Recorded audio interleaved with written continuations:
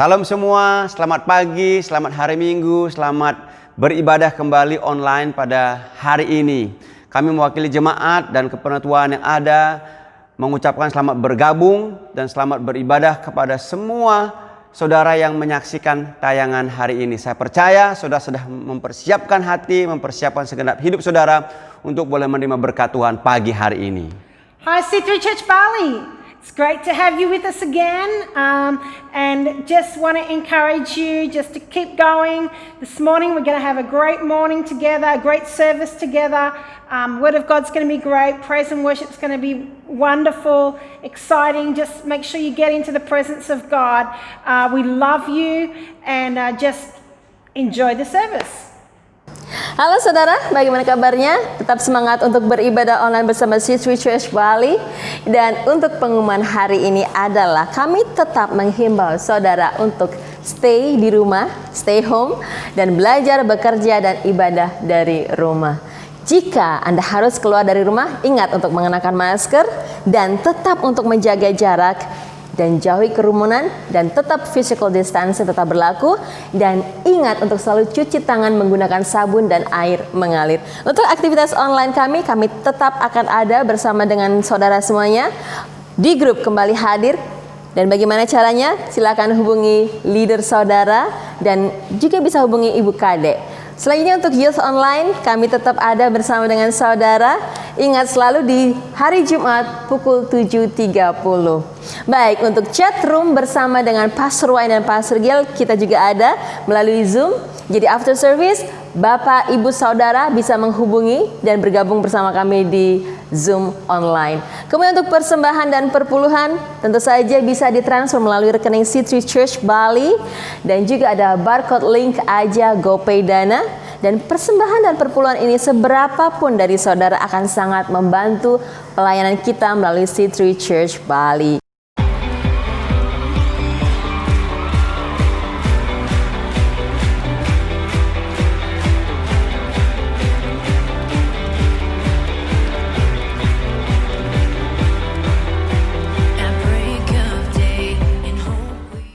Untuk doa, apabila Anda memerlukan bantuan doa, dukungan doa, silahkan kontak tim doa kami dengan nomor yang tertera di bawah ini. Untuk pemenuhan Taman Mumbul, pembayaran Taman Mumbul tetap Rp25.000 per tahun per orang, dan kami tunggu sampai akhir Juli. Demikian pengumuman untuk hari ini. Selamat beribadah, Tuhan memberkati. Halo adik-adik C3 Kids. Halo adik-adik PPA. Kami harap kalian masih semangat walau di rumah aja ya. Iya. Wah, hari ini Kak Komang dan Kak Ocha punya pengumuman penting nih. Iya. Yang akan disampaikan oleh Kak Komang. Silakan Kak Komang. Iya, terima kasih Kakak Ocha.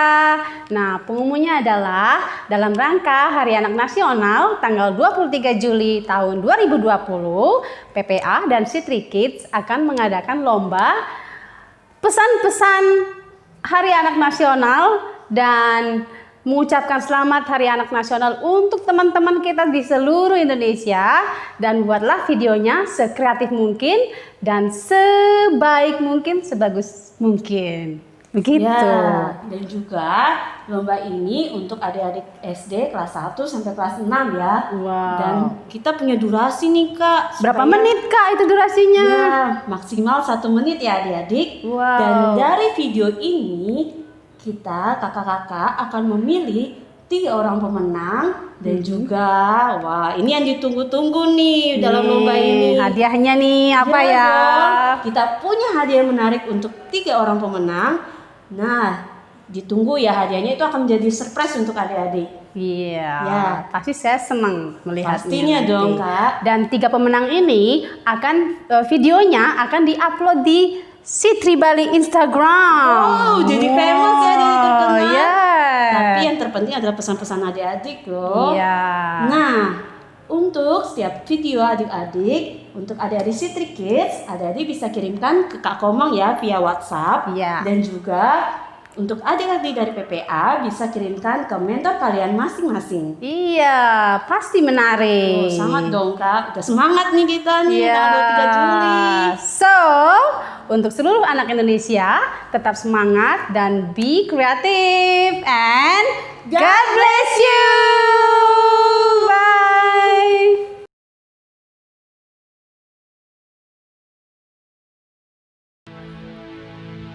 praise Jesus. Come on, hadiratmu.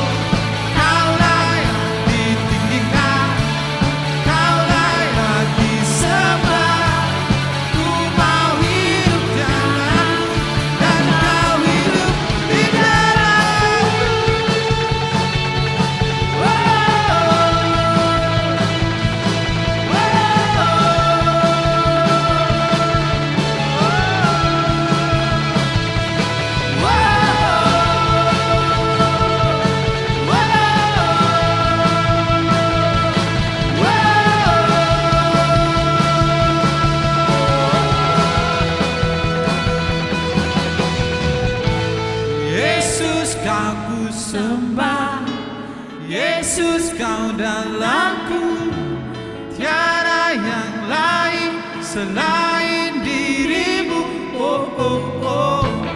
Kau layak ditinggikan, kau layak disembah. Ku mau hidup dalammu dan kau hidup di dalamku.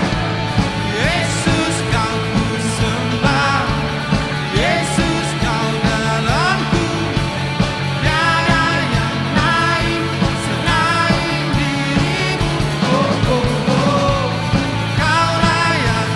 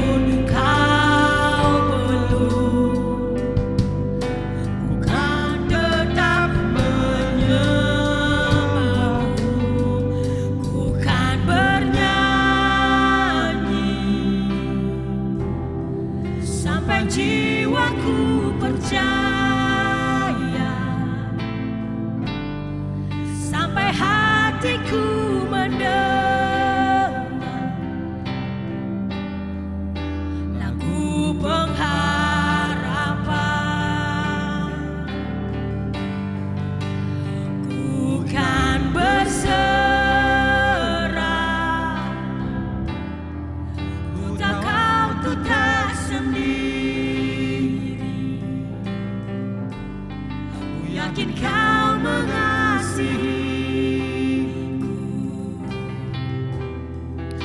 Bahkan di dalam apimu, ku kan menyembahmu.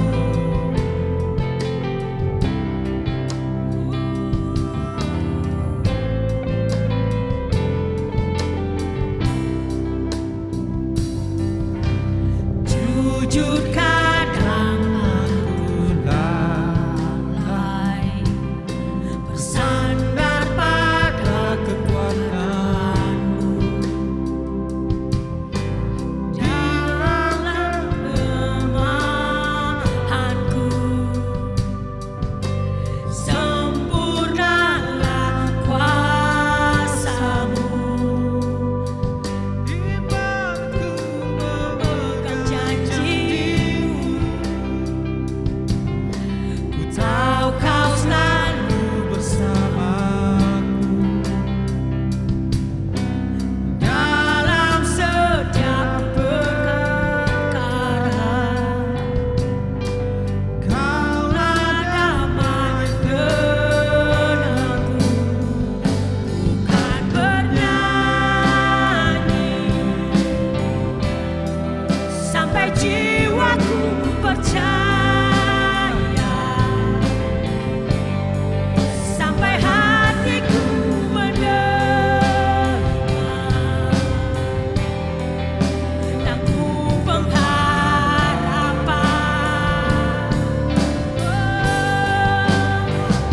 Kan berserah, ku tahu aku tak sendiri.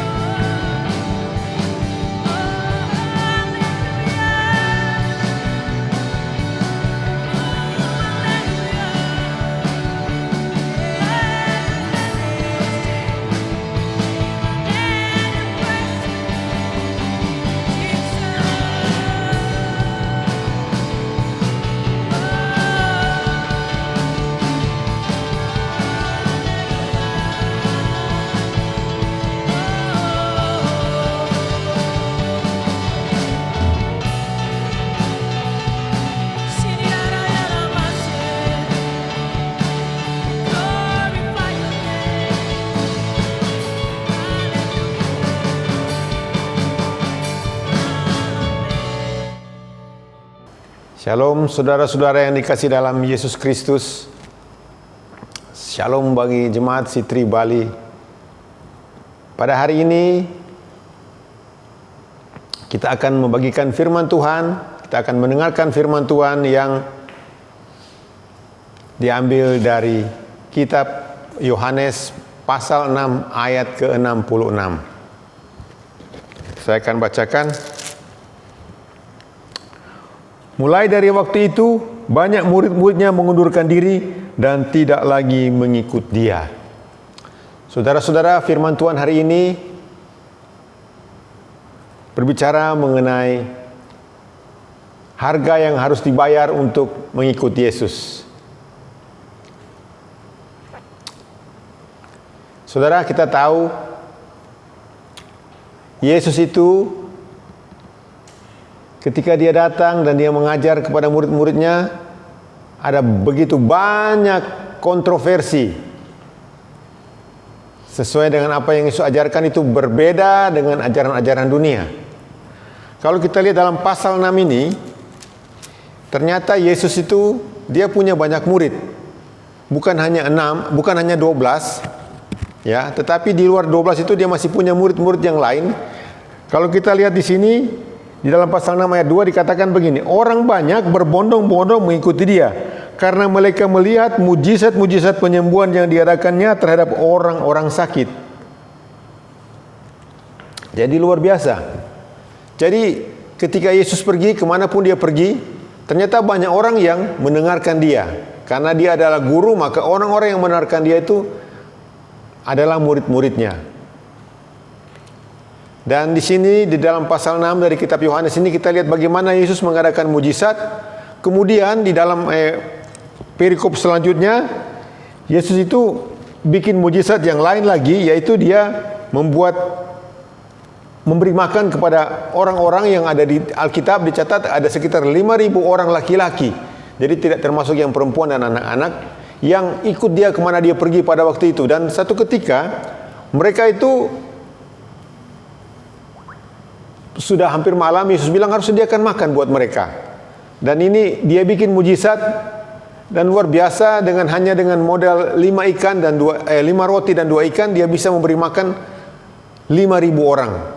Dan ini luar biasa, orang-orang itu begitu terpesona dengan kemampuan Yesus sehingga di dalam pasal yang ke-6 itu dikatakan begini, karena Yesus mengambil roti, ayat 11, 6 ayat 11, Yesus mengambil roti, mengucap syukur, membagi-bagikannya kepada mereka yang duduk di situ. Demikian juga dibuatnya dengan ikan ikut sebanyak yang dikehendaki mereka. Setelah mereka kenyang, ia berkata kepada murid-muridnya, kumpulkanlah potongan-potongan supaya lebih banyak, supaya tidak ada yang terbuang.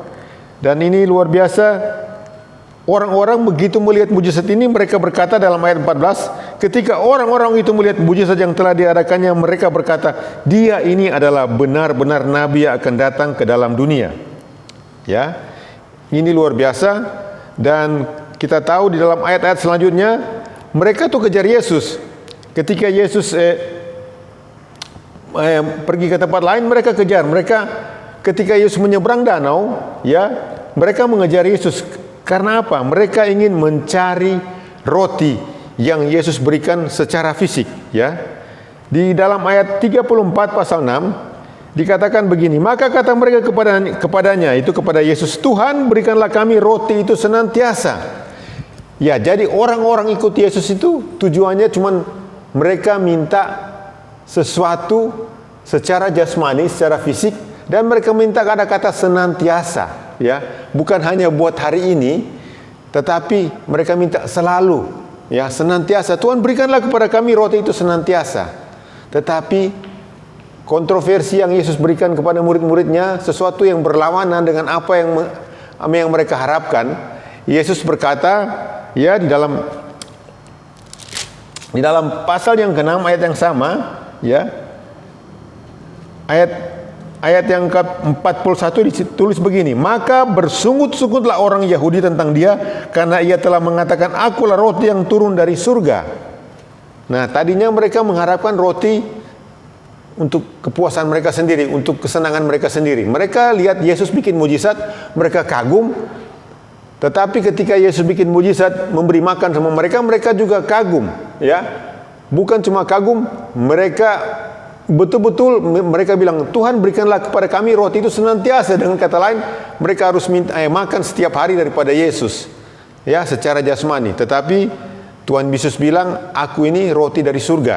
Dan lebih daripada itu, Yesus berkata kepada murid-muridnya, ya, di dalam ayat 53 sampai 56 saya bacakan. Maka kata Yesus kepada mereka, aku berkata kepadamu, sesungguhnya jikalau kamu tidak makan daging anak manusia dan minum darahnya, kamu tidak mempunyai hidup dalam dirimu. Barang siapa makan dagingku dan minum darahku, ia mempunyai hidup yang kekal, dan aku akan membangkitkan dia pada akhir zaman. Sebab dagingku adalah benar-benar makanan dan darahku adalah benar-benar minuman. Barang siapa makan dagingku dan minum darahku, ia tinggal dalam aku dan aku dalam dia. Ini kontroversi benar, ya, sesuatu yang bertentangan dengan harapan orang-orang pada waktu itu. Murid-muridnya mengharapkan dia itu memberikan kepada mereka makanan jasmani senantiasa, setiap saat, selalu, selama-lamanya. Tetapi Yesus bilang, yang akan kuberikan bukan roti itu, tetapi roti yang kekal, ya. Roti yang dimakan itu hanya sementara. Hari ini makan, sebentar lapar lagi. Tetapi roti yang Yesus berikan, Yesus janjikan roti yang kekal.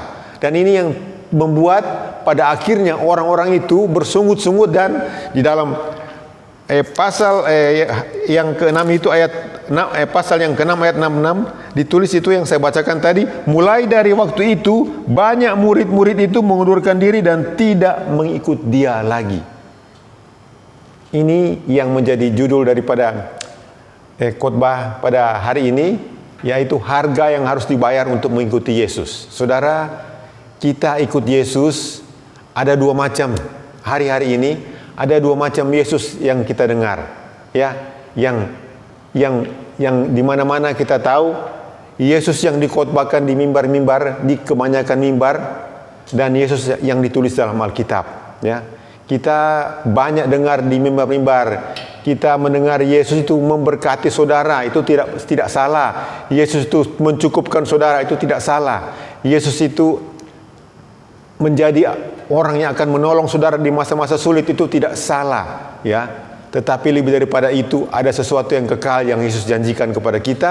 Tetapi untuk bisa mencapai kekekalan itu, ada harga yang harus dibayar, saudara, ya. Untuk bisa mendapatkan roti yang kekal, kehidupan yang kekal bersama Yesus, ada harga yang harus dibayar.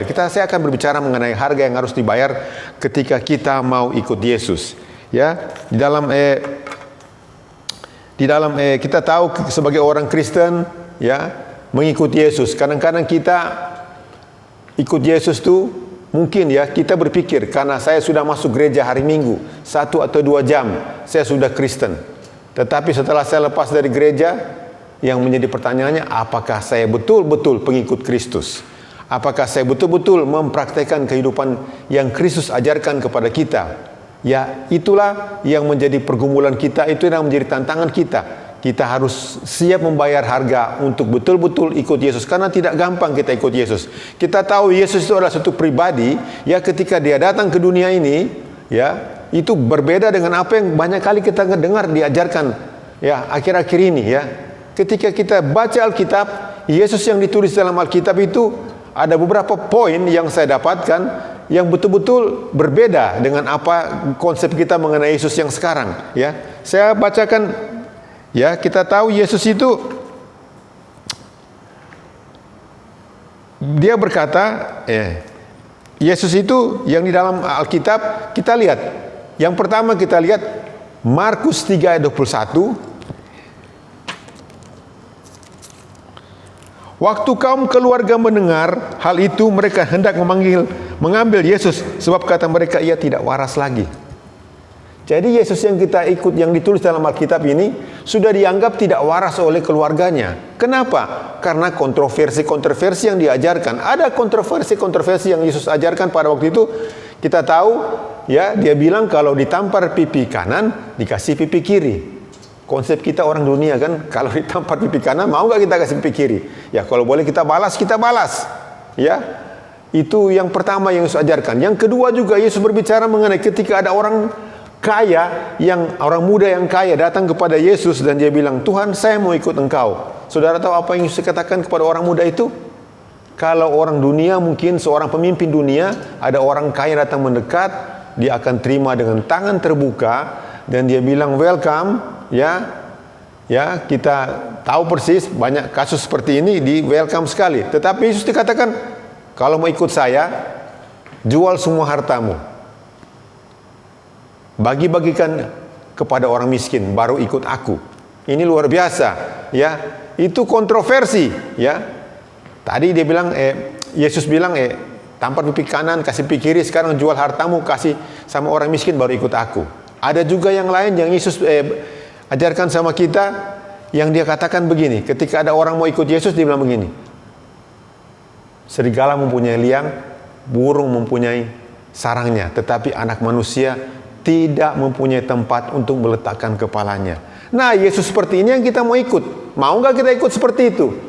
Ini yang namanya, kalau kita betul-betul ikut Yesus, kita harus siap bayar harga. Ya, Yesus sendiri berkata di dalam kitab Matius pasalnya yang ke-16 ayat yang ke-24, saya bacakan. Setiap orang yang mau mengikut aku, ia harus menyangkal dirinya, memikul salibnya dan mengikut aku. Ini merupakan harga yang harus kita bayar. Menyangkal diri artinya sesuatu yang kedagingan kita harus berani berkata tidak, ya, untuk bisa mengikut Yesus. Saudara, banyak perkara-perkara di luar sana. Ini yang tadi saya katakan, kalau di gereja 1-2 jam saudara kelihatan rohani, tapi di luar sana itulah kerohanian saudara akan diuji, ya. Menyangkal diri, saudara akan banyak berhadapan dengan orang-orang yang mungkin menyebalkan saudara, menjengkelkan saudara, ya. Tetapi ketika saudara harus marah, saudara harus berkata tidak pada diri sendiri. Itu artinya menyangkal diri.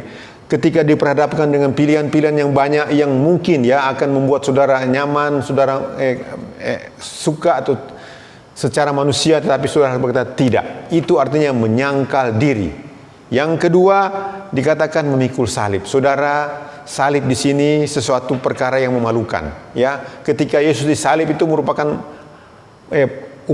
acara untuk mempermalukan Yesus. Kita akan banyak mengalami salib dalam hidup kita, hal-hal yang membuat sulit dalam hidup kita. Kita mungkin akan dipermalukan, kita mungkin akan dihina, diejek, ya. Itu semua sebagai salib kita. Tetapi saya mau katakan, kalau Yesus pernah memanggul salib, kita juga sebagai pengikutnya, kita bisa mengikul salib. Karena apa? Ada Yesus yang menyertai kita kemanapun kita pergi. Itu yang kita sebut anugerah. Ya, kembali saya katakan, kehidupan kita hidup hanya karena anugerah Tuhan. Kita tidak bisa hidup memikul salib dengan kekuatan sendiri. Banyak orang sudah putus asa, tidak tahu lagi mau bikin apa. Tetapi ketika kita datang kepada Yesus, salib kita itu kita pikul bersama dengan Yesus, ya, maka kita akan mendapat kekuatan, kita akan mendapat anugerah. Itu harga yang kedua yang kita harus bayar. Ya, dan yang terakhir, kita ikut Yesus. Karena itulah perintahnya, kemanapun dia pergi. Jadi apa semua yang menjadi karakter Yesus, kita ikut, ya. Saya punya kesaksian, kejadiannya di India beberapa 150 tahun yang lalu kira-kira, ya. Ketika ada satu keluarga di sana menjadi percaya kepada Yesus, tetapi harga yang harus mereka bayar luar biasa mahal sekali, ya. Orang itu bernama Nokseng dari daerah Assam di India. Dan dia dikumpulkan di depan para pemuka-pemuka yang tidak percaya, yang Yesus pada waktu itu, dan dia punya 2 anak, diambil dan dibilang, kalau kamu dikasih pilihan, anak ini mati atau kamu melepaskan Yesusmu, dia bilang, saya tetap ikut Yesus. Dan anak 2 ini ditembak pakai panah, mati. Diambil lagi istrinya, ditanya, istrimu ini mau tetap selamat atau kamu yang melepaskan imanmu kepada Yesus? Dia bilang, saya tetap ikut Yesus. Dan yang terakhir, dia sendiri yang ditembak. Tetapi rupanya sebelum dia meninggal, dia sudah menulis atau sudah menyanyikan satu lagu yang diikuti oleh teman-teman yang Kristen yang lain, yang kita kenal sekarang dengan I have decided to follow Jesus. I have decided to follow Jesus. I have decided to follow Jesus. I have decided to follow Jesus. No turning back, no turning back. Saudara, lagu ini sampai hari ini masih dinyanyikan, begitu populer. Tetapi kita percaya, harga yang harus dibayar memang untuk mengikuti Yesus luar biasa mahalnya. Bagi orang ini, nyawanya sendiri yang diambil. Yang menjadi tantangan bagi saudara, siap saudara mau membayar harga untuk ikut Yesus, menyangkal diri, memikul salib, dan mengikut Yesus. Saudara, mungkin ada di antara saudara pada hari ini yang sedang bergumul, yang sedang mengalami kesulitan dalam kehidupannya. Saya mau tantang saudara, hanya satu, datang kepada Yesus. Kalaupun saudara belum percaya Yesus, saya mau katakan saudara, hari ini kesempatan bagi saudara. Datang kepada Yesus, dan Yesus, saya mau percaya kepada Engkau. Ampuni segala dosa-dosa saya. Minta Engkau untuk masuk dalam diri saya, dalam hati saya. Saya mau ikut Yesus. Saudara, inilah yang menjadi doa saya. Inilah yang menjadi firman Tuhan yang akan disampaikan kepada saudara. Mulai hari ini, saudara, ikutlah Yesus. Dia akan memberikan kepada saudara bukan saja roti yang akan habis hari ini, tetapi roti yang kekal bersama dengan Dia di surga. Terima kasih saudara, terima kasih. Sekali lagi saya mau katakan, tetap setia ikut Yesus. Tetap setia dalam nama Yesus. Amin.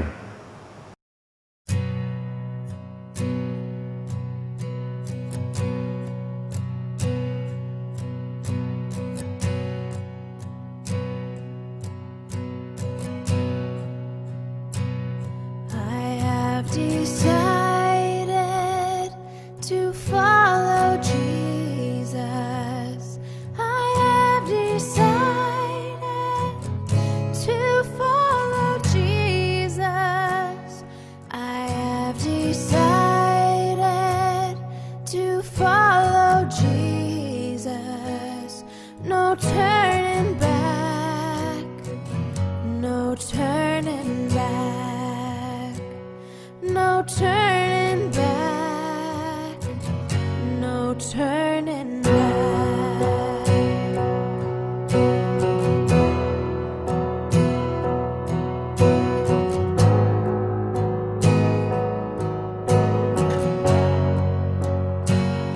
The world behind me, the cross before me. The world behind me, the cross before me. The world behind me, the cross before me. No turning back, no turning back.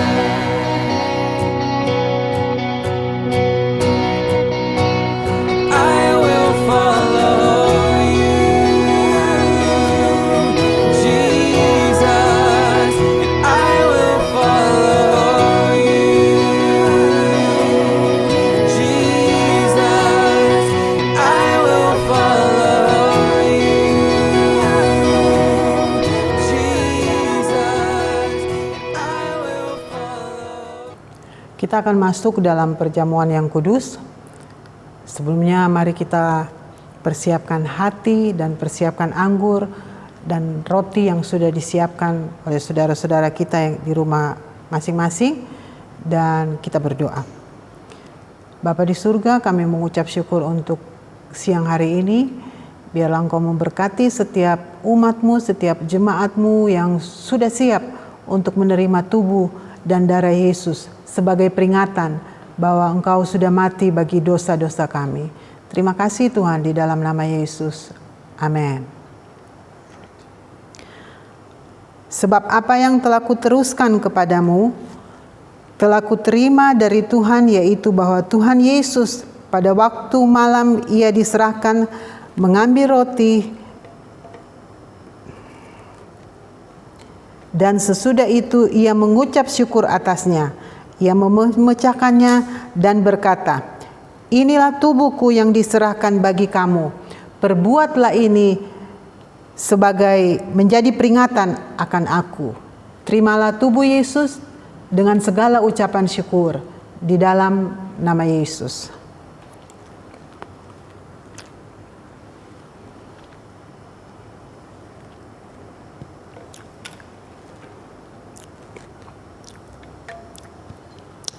Demikian juga ia mengambil cawan sesudah makan lalu berkata, "Cawan ini adalah perjanjian baru yang dimeteraikan oleh darahku. Perbuatlah ini setiap kali kamu meminumnya menjadi peringatan akan aku." Terimalah darah Yesus di dalam nama Yesus.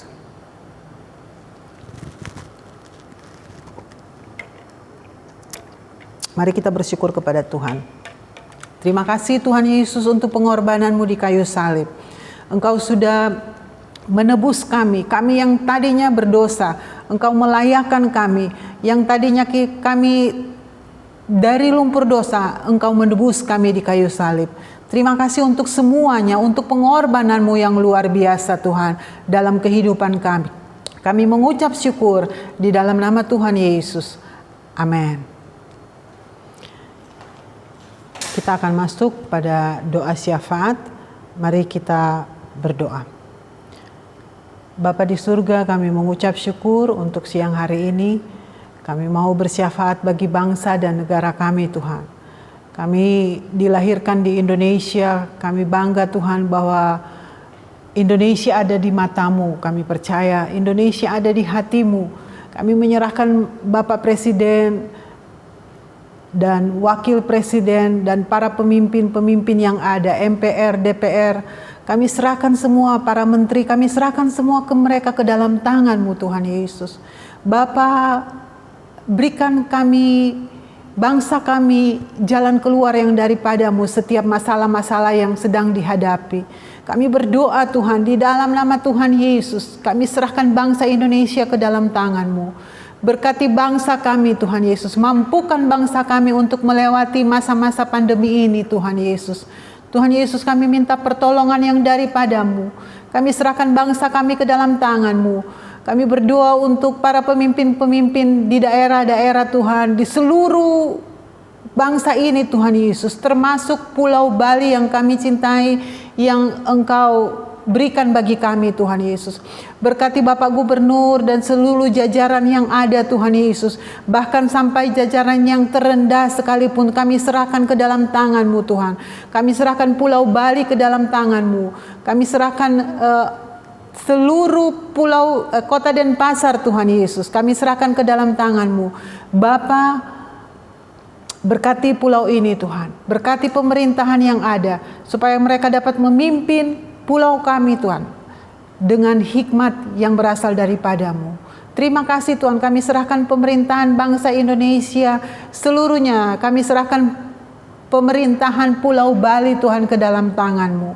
Terima kasih Bapak, kami juga menyerahkan gereja kami Sitri Bali Tuhan, kami bawa ke dalam tangan-Mu.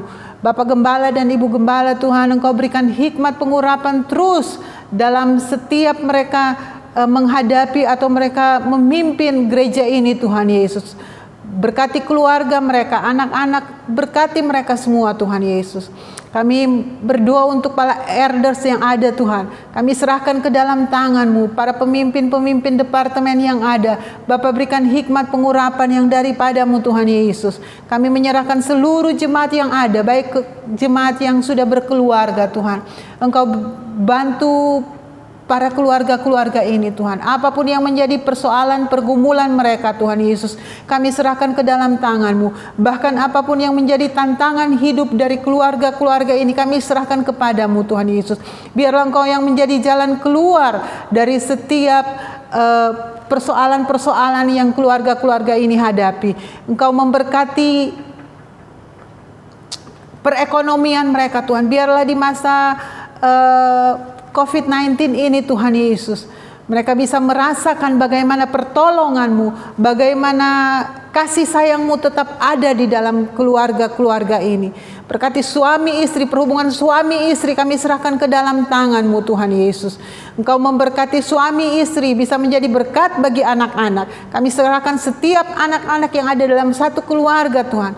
Biarlah menjadi anak-anak yang takut akan Engkau, mengasihi Engkau lebih dari segalanya, dan menghormati orang tua. Terima kasih Tuhan, kami serahkan untuk anak-anak muda yang ada di Unlimited Youth Tuhan. Tuhan, mereka juga punya pergumulan, mereka juga punya persoalan Tuhan.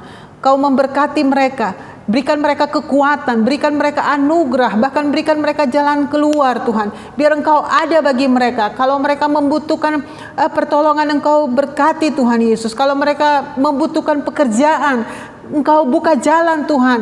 Bawa mereka untuk mereka dapat pekerjaan yang baru. Terima kasih Tuhan Yesus, kami serahkan Unlimited Youth ke dalam tangan-Mu. Sekolah minggu yang ada juga Tuhan, anak-anak ini, generasi sesudah kami Tuhan Yesus, kami serahkan ke dalam tangan-Mu. Di dalam nama Tuhan Yesus, berkati kesehatan mereka Tuhan. Berkati kesehatan semua jemaat Sitri Bali, kami serahkan ke dalam tangan-Mu. Tuhan Yesus, kami menyerahkan juga untuk para pendengar yang mendengarkan ibadah kami, berkati mereka apapun yang menjadi persoalan mereka, kami serahkan ke dalam tangan-Mu. Bawa mereka untuk menemukan Engkau ya Yesus di dalam kehidupan mereka. Terima kasih Tuhan Yesus untuk siang hari ini. Kami menyerahkan segala kemuliaan, hormat hanya bagi-Mu di dalam nama Tuhan Yesus. Amin. Saudara, kalau tadi kita sudah mendengarkan firman Tuhan,